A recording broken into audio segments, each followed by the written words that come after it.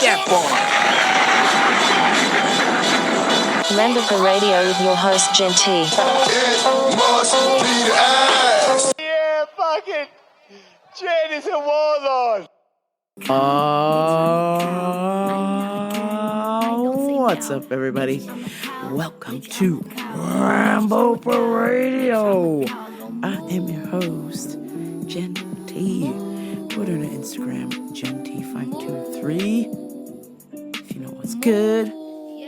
What's going on, everybody? It's me, Genty, back again to give you a shit show. That's right. a view into my shitty life. Mi vida loca. Hey, if you're not doing anything right now for the next 45 minutes, tune in with me. Let's have a chat. Okay, not really. It's just me talking to myself. Casual conversations to myself, but hopefully they'll sound funny to you. Right? Yeah, this is bad.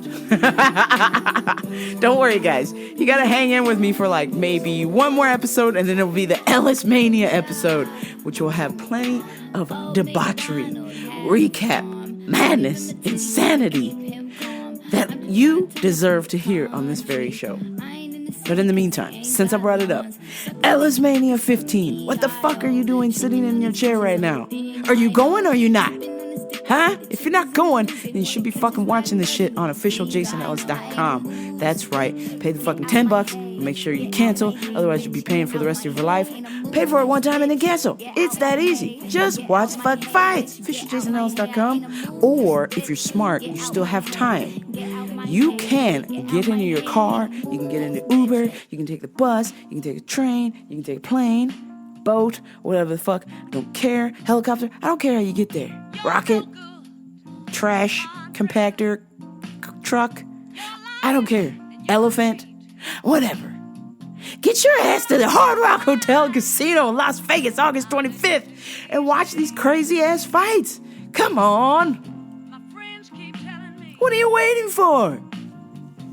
That's right, Ellismaina 15. It's going to be exciting. We got musical chairs fights. We got men and women in musical chairs. They're punching each other, but they're not doing it at the same time. Well, first fight is going to be men, musical chairs fight. There's a second fight. It's going to be ladies, musical chair fight. And then there's going to be some other fights with a shot caller. And then there's going to be like a strip poker fight with real life ladies who have hotties with the bodies.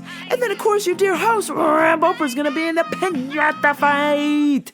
Then we will have comedian Legion of Skanks Louis J. Gomez versus some other jabroni I've never heard about. And then we will have Ellismaina, Jason Ellis versus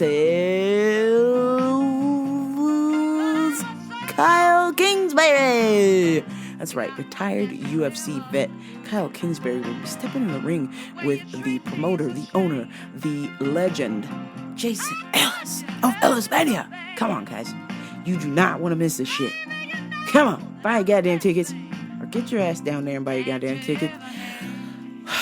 Buy your goddamn ticket. Or get your ass to a fucking computer and log in and watch this shit.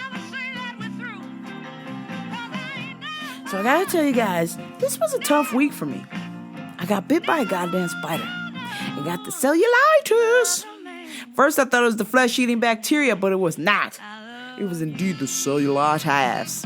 Whatever. I'm putting all the shit I can find in my garden on there. I'm rubbing rocks. I'm rubbing grass. I'm rubbing weeds. I'm rubbing aloe vera. I'm rubbing oranges and grapefruits and pomegranate all over my fucking bite. And hopefully it'll go away because I need to get in the pool when I get to Vegas. I got very important things waiting for me in Vegas. And it's very important that I have my skin in check. Can't have some fucking pussy-ass lump on my ankle. Jeez. Perfect timing, you fucking spider. Hate you. But despite the bug bite, I gotta go back to the day before the bug bite, or maybe this did happen the day of. But I went to the 626 night market, and basically 626 night market will be held, or is held in Arcadia, California, or Orange County, California, and it's basically a bunch of food truck vendors serving you delicious ass food. I got me a rainbow colored grilled cheese sandwich. I was in gay heaven. Hey, I got me a rainbow colored grilled cheese sandwich. Oh my God. Yes, auntie. Yes, bitch. Yes. Yeah. I was in heaven eating that. And then I wanted to go to my favorite. I fucking wait every year to eat at this place because they never come around my house. They're always in the LA area. They never bring the fucking food truck to where I live, the shit's Bernardino. But could you blame them? It's a shitty ass town. Just saying. So I go to the Ridges Churro Bar. Not Churro Boss. Fuck Churro Boss. We team Ridges over here. At Ridges. At Ridges Churro Bar on Instagram. Listen. They do the little ice cream sundae and they stick these 2 ginormous churros inside there. It's so good. So good. So definitely worth the wait. So we're kind of wandering around. I'm with some friends. We're wandering around 626. Trying to figure out where we want to eat because it is a bit overwhelming because there's thousands of food trucks there. So you're trying to figure out where you want to eat first or what's going on, what you're feeling. I totally get it. I get it. So I discover the place that I want to eat at. And I flag my friends down and say, hey, I'm going over here. Could you wait? What appeared to be a wait turned out to be a wait and run. As I got in line and even though the line looked long, they were very fast about taking payments. So by the time I actually got in line and then turned around after I had paid, after I received my number, my friends were gone. The fuck? The fuck going on here? So then I try and contact somebody, and there's no service. Just great. Just motherfucking great. There is probably, I'm being generous when I say this, probably 20,000 people there, maybe more. And it's loud, and no cell phone service, and my friends just left me, and I don't know where they're at.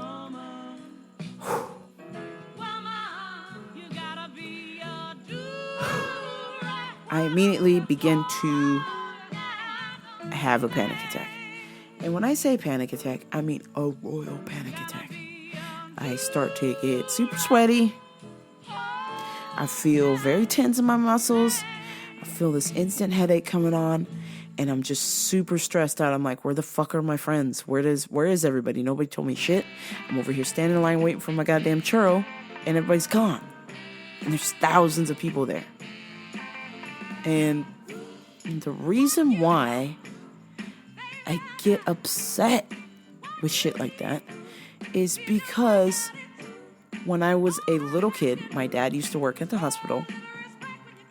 And it's a hospital just like any hospital in town. Big ass hospital. Maybe some hospitals are smaller in small towns, but even for this little small town that my dad worked at, this is a ginormous hospital. So my dad would often walk over paperwork for the hospital. And as you know, my father and I do not have the best relationship. It goes back since my birth, practically. But anywho, my dad told me to stay in this area while he went to go deliver some paperwork. And of course, me having the relationship that I have with my father, I wasn't about to listen to him. So I was like, yeah, no, buddy. Thanks for the advice. Appreciate it. Bye-bye.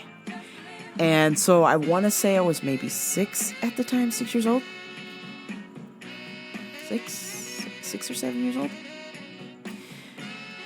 My dad walks over to the hospital, other part of the hospital, and delivers these papers. Well, because I wasn't listening, or I had made a decision, an executive decision not to listen to my father, that I would do my own thing at a large hospital, being 6 or 7 years old.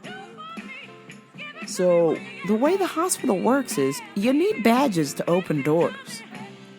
Doors will automatically open for you if you're exiting, but doors will not open when you're entering. So I started wandering off.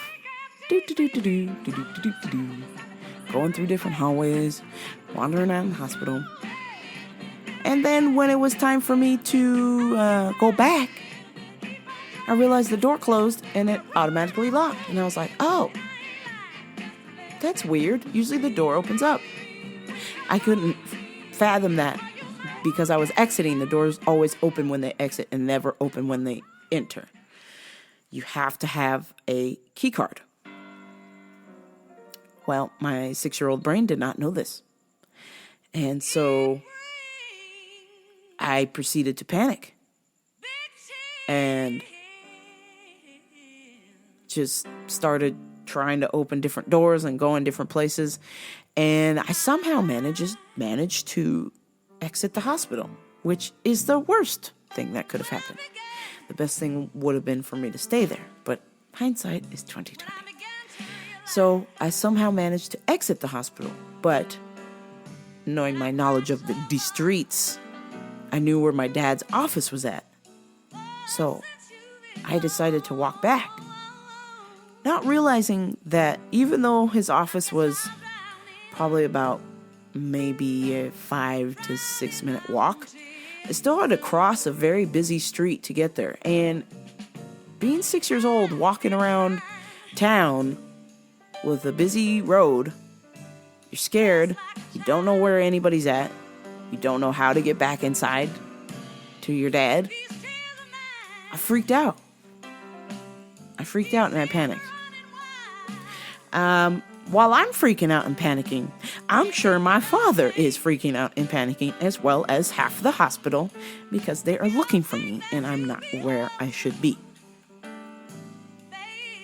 My dad's freaking out because he's got to make the phone call to my mom, who would probably murder him. And when I say murder, probably kill him and then bring him back to life with the paddles and then kill him again if he lost her child.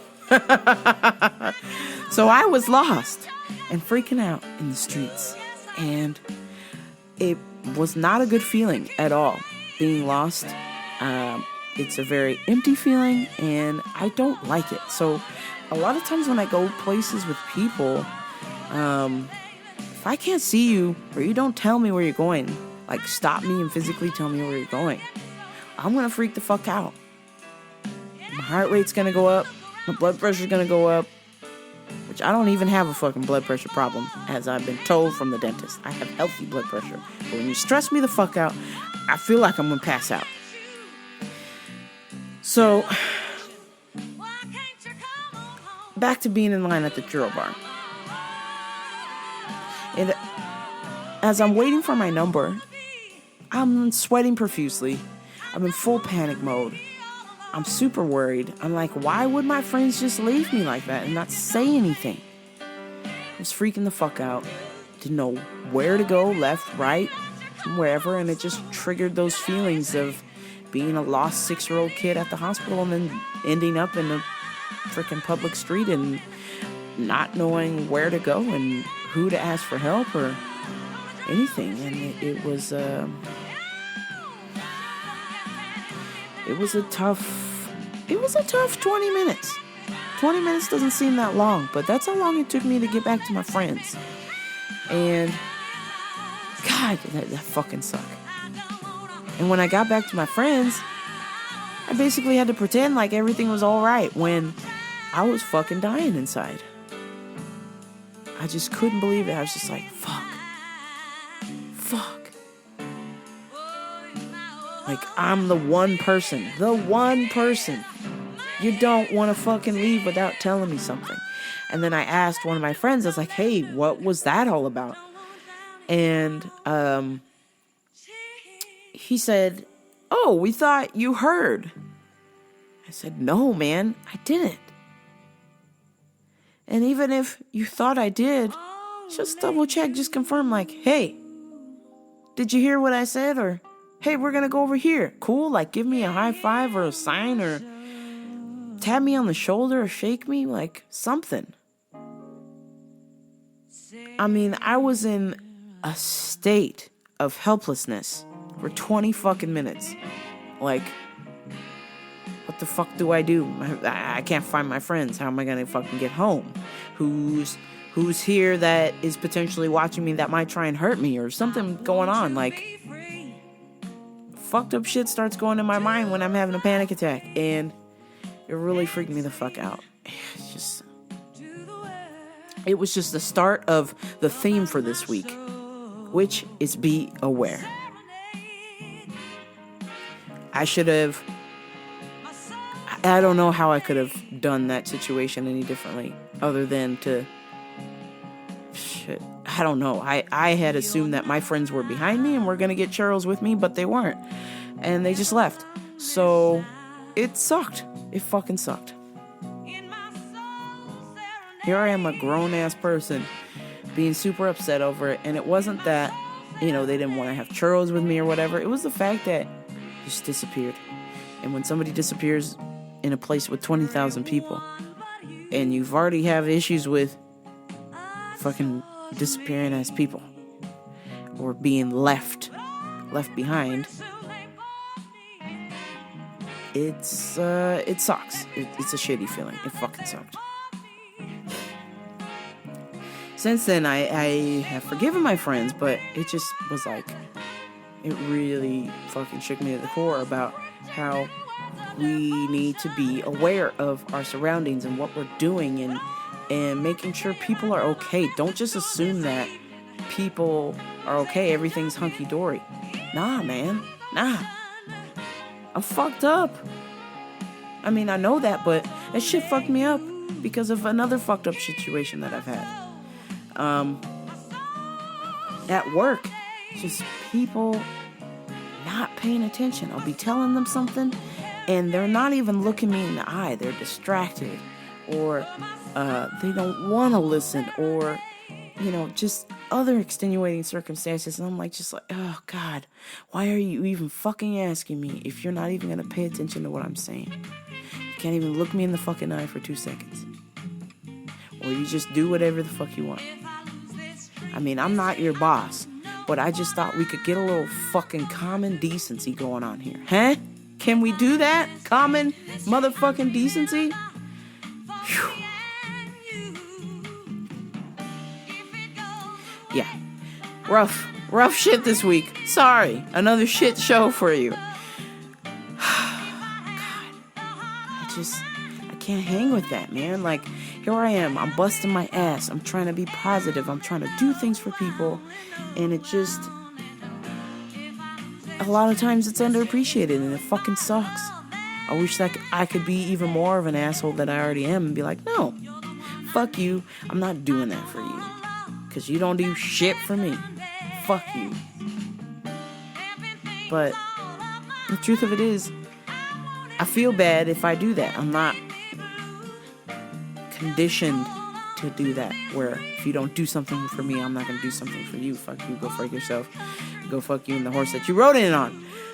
But I do get those feelings at times because, like I said, I'm busting my ass. I do things for people. I'm not expecting something in return. But every now and then, could you say, hey, what the fuck's up? Are you okay? Something? Anything? Radio silence over there? Alright, cool. Man.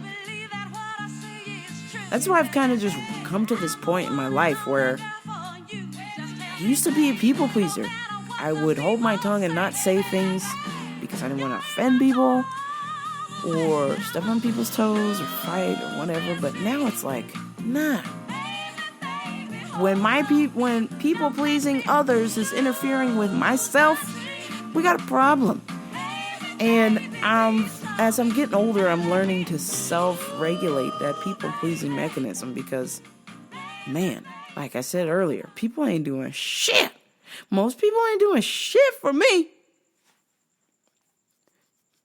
I tell you, I know who those handful of people are who are doing shit for me, and I fucking appreciate every single thing that you do for me. Not because you're doing something for me, but just the fact that you're there, you have my back, you support me. You might not always agree with the things that I say, but I hear or you tell me that I support you and keep doing what you're doing. I appreciate that. It's not about a material thing like money or clothes or something like that. Just the friendship or the connection that we have. I think that to me is worth more than any money ever on the face of earth. But It just sucks when I have to slowly start to cut off the branches of people who I thought I'm investing my time in being a friend and being there for them. And when I sit and evaluate, that person really hasn't done dog piss willy for me. It's been a one-way street of our friendship as far as I'm concerned. So now I'm like, I'm cutting off that fucking branch off this tree because it's dead weight. I can't deal with it. I'm already a Team Patty McFatty. I already carry enough dead weight. I don't need other people's dead weight on me. Come on. You got to get on board with this shit. It's helpful because it helps you prioritize what exactly do you want to go on. Do you want this friendship to continue or no? Easy. Yes, you want to keep it? Cool. Keep it. You don't? Fuck off. It's gone. I think it's so important that we see people, not just see them like physically see them, but you see and acknowledge people. If somebody's doing something for you, acknowledge that. Or if somebody's helping you with something, acknowledge that. Say you appreciate something for once in your fucking life. And I'm not saying a specific person, but it just seems like it's a general theme with a lot of people. Everybody's just tuned the fuck out. Hey, hello, over here. Hey. People wonder why, oh, so-and-so killed himself. Oh, that's crazy. I didn't see that coming.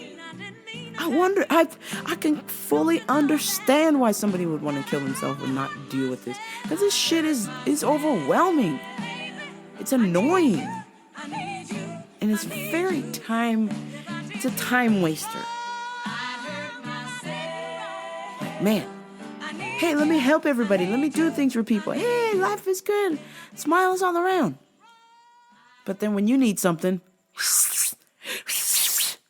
mira, washa. Ain't nobody around. Nadie. I can't say nobody again. Let me clarify. There's a handful of you. You know who you are. But a lot of people just disappear like dust in the wind. Well, just know, if you're one of those people I'm doing shit for and you haven't really done shit for me, just know. Mira, rocha. Hasta la pasta. Adios. Cucaracha fumigada. Adios. So I'm on the dating app. And I mean, I can't. I almost slipped up and said her name on it. Oopsie. So I'm on the dating app. And we'll just say that she is from one of my favorite places in the state of California. Pacific Beach. A hottie with the body from Pacific Beach. We start chatting. And then she goes, oh, well, I don't want to waste your time. Oh, great, cool. We're going to get right down to the business. I don't want to waste your time, but I have a girlfriend. The fuck? Bitch. Girlfriend, you say? Yeah, I have a girlfriend, see? But I just want to talk to people on here. I'm like, oh, no, mija, no. You got a girlfriend. You should be talking to her, not talking to strangers on the app. What the fuck? God. I was just so riled up. I was like, you're on a fucking dating app with a girlfriend, but you just want to talk to people? Come on. You gotta get it together. There are plenty of people on there who are trying to look for Mr. or Mrs. Right. And we don't need you clogging up the lane with your bullshit. Seriously, fuck off. Very negative episode. I am sorry, once again. Hopefully next week it'll be better. Back to the episode. Yeah, fuck off. I just don't get it. How are you on a dating site when people, you know good and well, people are on there trying to find dates, and you want to just talk to them and be friends? You have a girlfriend? This just in. My woman crush Wednesday, Cara Delevingne, is dating the chick from Pretty Liars. Got a secret, got a secret on this one. You know what to do, girl. Keep a secret in war. Always a fair. I'm telling you, that show is terrible. But god damn it, I would watch Pretty Little Liars because I would be all up in the gay. You got me in the gayness, man. You had my lady boner if at full attention. So I had to watch Pretty Little Liars. And they actually do have a straight chick who plays a gay lady on there. But in the back of my mind, I always knew. I knew from the start. You put an arrow in my heart. Round and round. We'll never find a way, just give it time. Round and round. What goes around, goes around. I'll tell you why. Yes, that's right. I knew the rubia. Tenía un pelo de rubia in the corner, the blonde. I knew she was the gay one the whole time. She would always be pretending like, oh, Charles is cute. Yes, I made out with him by the tube shed in the park. And then a hand reached out of the ground. The Allison must be alive, I swear. I don't want to spoil Pretty Little Liars for you, but god damn, I was watching it for the lady boner I would get. See, that's how you know I'm an asshole. I'm a scumbag. I'm just watching shows to see if there's any gay ladies in it. Oh, the plot could be the worst thing in the world and I'll still watch it. Man.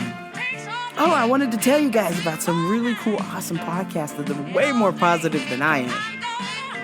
You've got the Jimmy Dore Show. You got the Jimmy Dore Show, who, in my opinion, is comedy with politics, which I highly love. Talks about politics and comedy and makes it funny. I really try not to get into politics too much because it is annoying to me. I can't stand it. But Jimmy makes it funny, so I tune into that show once a week. Then also, a friend, past guest, Levi McGee of the OKE America podcast has now started anew. That new, do it for you. Yes, that's right. Levi is on LeviMcGee.com, the My Own Idiom podcast. I recommend. I've got to get over there as well, too. Shout out to the Levi. And finally, my show that will give you a queer perspective on life. If I don't do a good enough job, some of you might believe that I'm still straight. Hey, I'm not. Just saying. Anxiety, spelled with a T-E-A, radio with Donnie and Zara. I motherfucking recommend them. A queer perspective on life and things of that nature. I think you should tune in. You will thoroughly enjoy those 3 podcasts, I believe. Some current events. Andrea KGB Lee, UFC fighter who had the husband with the Nazi tattoos, and they defended him. They defended that piece of shit till the end, until finally her roommate rattled her out and told the police that this dude was trying to put out cigarettes on her. Oof. And then he had beaten her before. Oof. And then there were more swastika tattoos. And not to motherfucking mention, that Andrea Lee's husband has gone to jail for the attempted homicide of an unarmed black man. He used to be a cop or something. That's the vibe I caught, or something was going on. And basically he shot an unarmed black man 7 times. Whoa. Hey, Sweets, he's dead. God, dog. Did you have to shoot him 7 times? Maybe 3. 7? Come on. Anyhow, the husband is out. There's been a warrant issued for his arrest. So if you see the scumbag with the Nazi tattoos, call the local authorities. Can we talk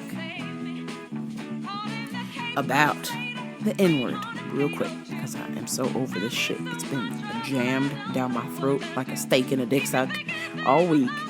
Everybody up in arms. Supposedly Trump may or may not have said the N-word. quite frankly, I don't give a shit. I'm black as fuck. But what I will tell you is do not use that word. It is highly motherfucking offensive. Have some fucking respect for people. You might not like black people, but please, don't use that word. It's easy. So all of this stuff on the Twitter machine about how Trump said this, he's an N-word lover, or Trump says something about N-words and they're not welcome, or this, that, and the other. This is crazy stuff. Just absolute nutter butters. I don't believe in the N-word. I don't personally use it. I don't like to listen to music that plays the N-word, but I do. But I try to tune it out because I don't think it's acceptable. If other races aren't allowed to say the N-word, then black people shouldn't be allowed to say it either. Let's be done with this shit. R.I.P. Jim the Anvil Neidhart. One more heart left. That's Bret the Hitman Hart. Everybody else in the wrestling fam has passed away. How sad is that? God. Sending thoughts and prayers to the Neidhart family as they go through this terrible time. And then also, we've got our dear friend, Aretha Franklin, who has passed away at the age of 76. And I just think about how good her music is and how it touched so many people's lives, and how there will never be another one like Aretha. Do you understand, people? This is the end all be all, queen of soul. You wouldn't have Adele, you wouldn't have Amy Winehouse, you wouldn't have your Ariana Ventelate Grande, you wouldn't have all of these singers who sing if it wasn't for... It's all due to the Aretha Franklin and her contribution to music and how it touched people's lives. It motivated them to sing and dance and be free and command respect. I salute her on her next journey to wherever that might be, enlightenment, Buddha's house, Satan's house, Jesus' house, wherever. Godspeed and sing on, Aretha. Sing on. Time for Customers of the Week. I had an African lady, and what my seasoned vets know is that myself and the Africans, we don't get along very well. I don't know why, don't ask. So right away, she came in and gave me the attitude. I said, oh, great, here we go. Excuse me, where is the pomegranate juice? And I said, oh, it's in the fridge. Yes, I know, but I am asking for you to pick out one from the fridge. And I said, oh, okay, well, we'll have them over here. She said, I know that, but I want you to pick one. And I said, well, now, wait a minute, bitch. It's your money. It's your problem. I don't need it. You need it. Could you decide what juice I want to buy? I said, ma'am, excuse me, I am not going to help you buy juice. Here are the juices here. You need to decide. But I need to know which one juice should I buy. This one or this one? With the blue top or the red top?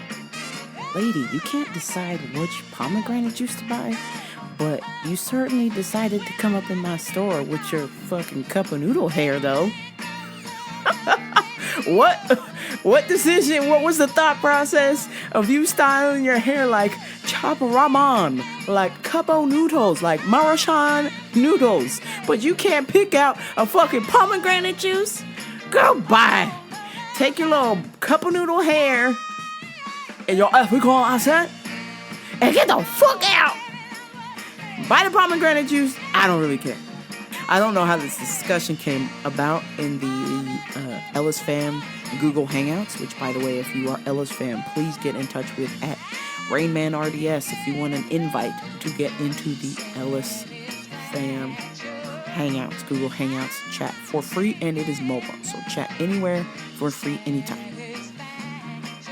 So, after driving by school, I remembered I had a flashback about the conversation. I was talking about ladies in Vegas and whatnot, and how I'm a creep. I'm the creep. And I simply said, hey, I'm just putting it out there so I don't get sued. I mentioned that people should sign a release form before they enter my room because I don't want to get sued. I don't want some Me Too bullshit happening with me. It's already hard enough being a gay-ass lady to try and get a date and figure out, are you straight? Are you gay? Are you straight? Are you gay? people were laughing when they said, oh, that would be like having two girls at the same time. I said, yeah, I've had two girls fight over me. And they said, what? And I said, yeah, 15 years ago.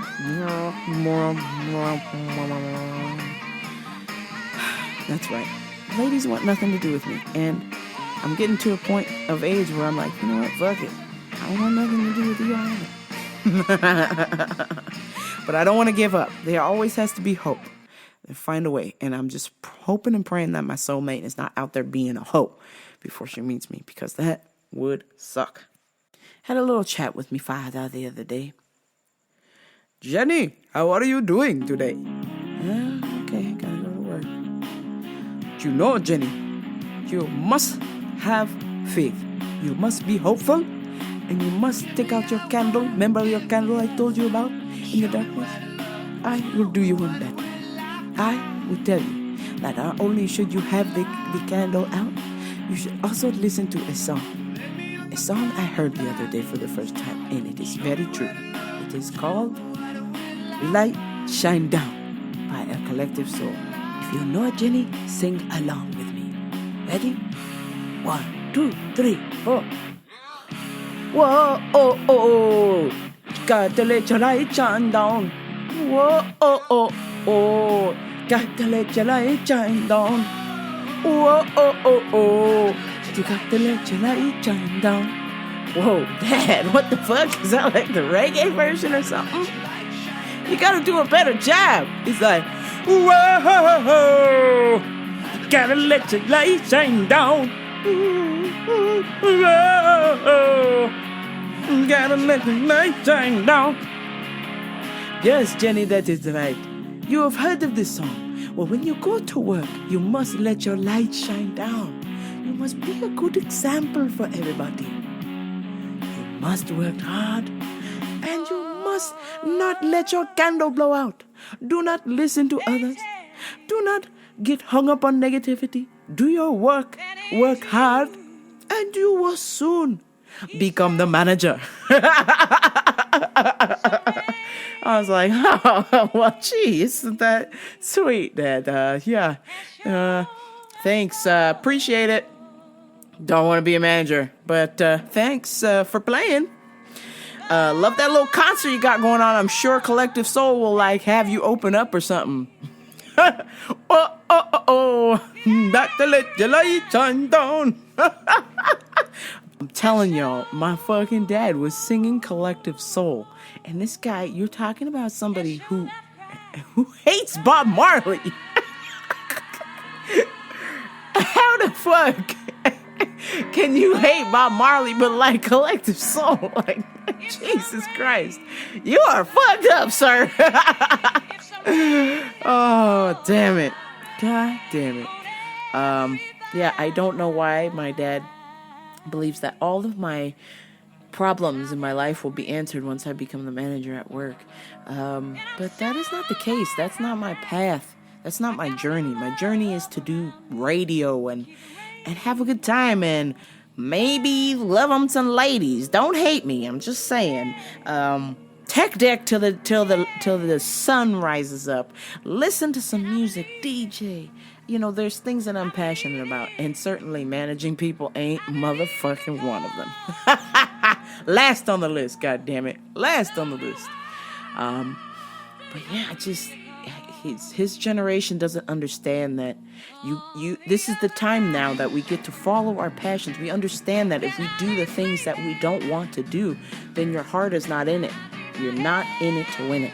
And when you do the things that you're passionate about, it doesn't matter how much money you make. It's something that you're passionate about and you're able to sleep at night. That's why I don't sleep at night, because I'm not doing things that I'm not passionate about at the moment. But once I get a chance, an opportunity to do the things that I am passionate about, boy, oh boy, do I sleep like a motherfucking baby. After spar class, when I get my ass beat, and I make mistakes, or somebody gets hurt, or I get hurt, and I come home, I feel good. I feel alive. I feel like I accomplished something. When I DJ till 2 or 3 o'clock in the morning and I have work at 5, like, I feel accomplished. I don't care that I didn't get any fucking sleep because I did something that I liked and I had fun. when I play my drums for 8 hours until my hands swell and my feet swell. That's something that I'm having fun doing. I'm passionate about. And maybe I won't make world-class money, but I don't give a shit. What's important to me is following my heart. And I hope that you listening, you have something that you're passionate about, that something gets you out of bed, that you follow that and you don't listen to any of the haters, the naysayers, the don't follow your passion, do what works. No, that's bullshit. Follow your fucking passion. Obviously, you gotta keep the lights on. I totally get it. But there's room in today's world now more than ever for you to follow your dream. I literally ran into a lady the other day who's got fucking 6 kids. She adopts kids like up the wazoo. Anytime there's kids for adoptions you can adopt, she's gonna adopt them. And guess what she's passionate about? Traveling. So you know what she's fucking doing after she adopts the next kid? They're fucking leaving America. They're going to Germany.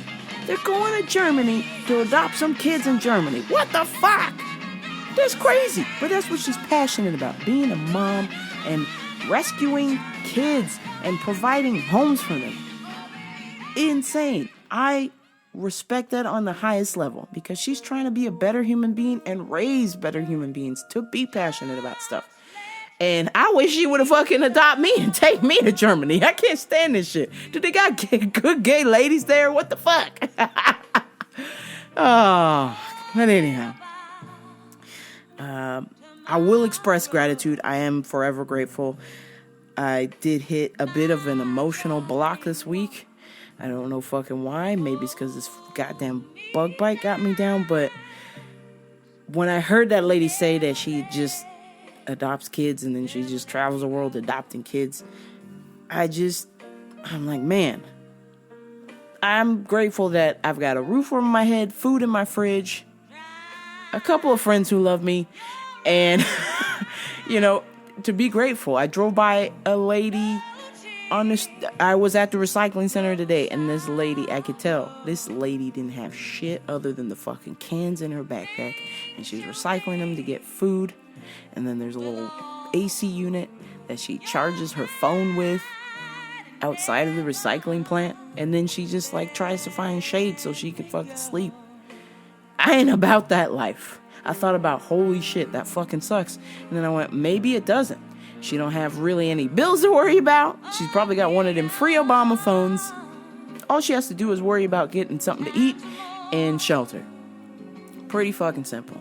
Pretty fucking simple. And then I thought, man, all these problems going on in my life. I'm like, man, that ain't shit. That ain't shit to compare to being someone who's got to worry about where they're going to sleep, where they're going to eat. When's their next meal coming? Where is shelter? That shit's fucking crazy to me. Like, I can't ever be ungrateful for the things that I have. I can't. A lot of things. Sometimes too much shit. But